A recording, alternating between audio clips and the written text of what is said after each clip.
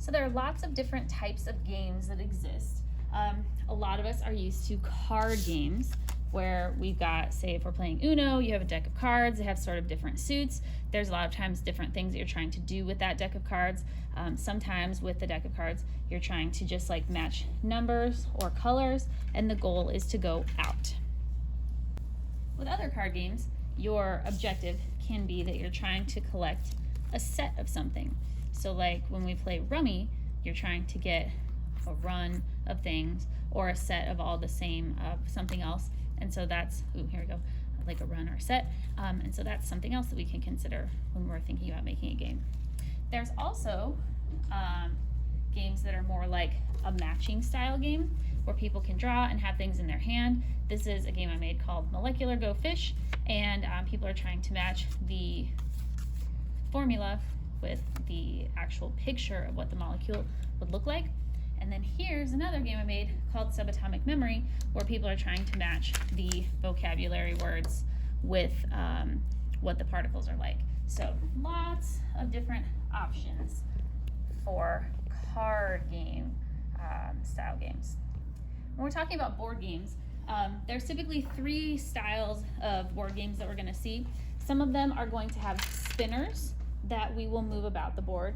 All of them are going to have some sort of piece. The Game of Life is kind of interesting in that there's also the tiles that you earn throughout the game. There's money, there's cards, and then all of the spaces are kind of things that would happen to you in life. So typically in a board game, the spaces a lot of times are going to have meaning. Another style of game that we can have is like Monopoly. So instead of spinning to move, we roll dice to move. And then again, each spot on here signifies something. And for this, your goal, kind of like if you were playing a memory game, would be to collect all of the collections of certain things. So there's still some cards here. There's obviously pieces that move around. We have money. So Monopoly and Life are pretty complex board games as they are. Something that's a little bit simpler of a board game would be something like Candyland, where in Candyland we draw a card and then the card tells us which space we're going to move to. So you could do something that's a little bit more simple that isn't quite as complex as Monopoly and Life, because both of those games have quite a bit going on. So Chutes and Ladders, as you can see, has been very well loved.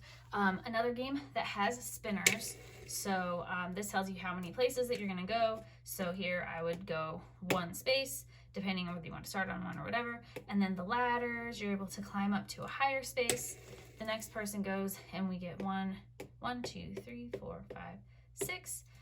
If somebody lands on 1, 2, 4, 5, 6, let's say I landed up here, then it would push me backwards. And so one of the fun things that you could totally integrate into your game is an idea of moving through the board and having things throughout the game that sort of push you back to a different place, so that it's a little bit more interesting how you're going to try to get to the end and who's going to actually be able to win. So again, object of the game here is to get from 1 to 100 using your spinner and trying to use the ladders and avoid the slides as much as possible.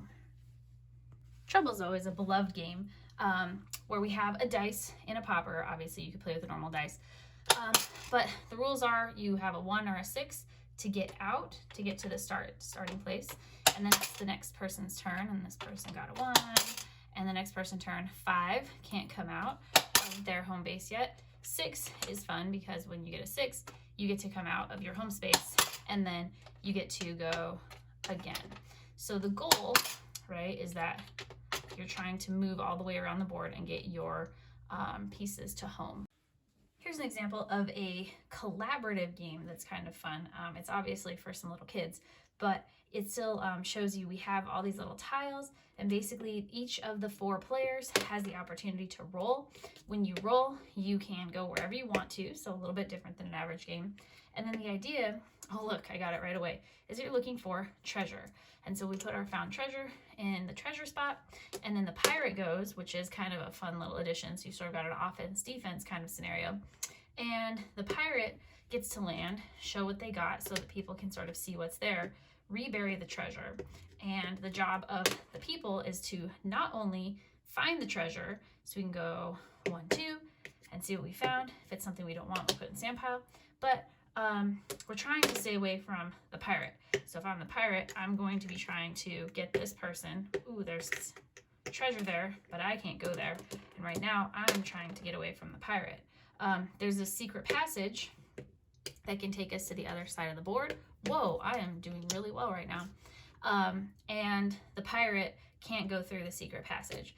So now the pirate would roll 1, 2, 3. The pirate's able to go through the layer. We know that there's another one there.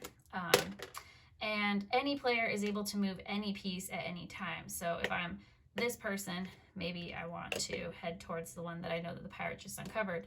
And the pirate continues to try and find their way to each person, and each person tries to get away from the pirate, right? So kind of a cool game. The idea here is that these players are trying to collect treasure, and the pirate is trying to grab the players and basically put them out of commission in the pirate's lair. So you could definitely do some sort of like interesting collaborative type of game like this for your science game, which could be pretty fun.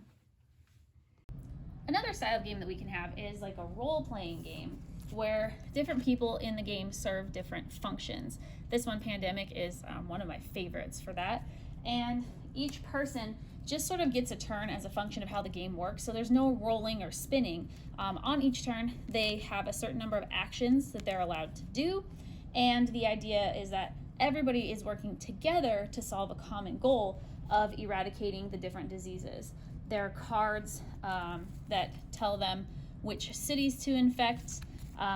There are cards that tell them sort of how to lay the game out. And so it's a very sort of interesting game to play that has a little bit different feel. But again, everybody working together to solve one major objective is kind of a good time.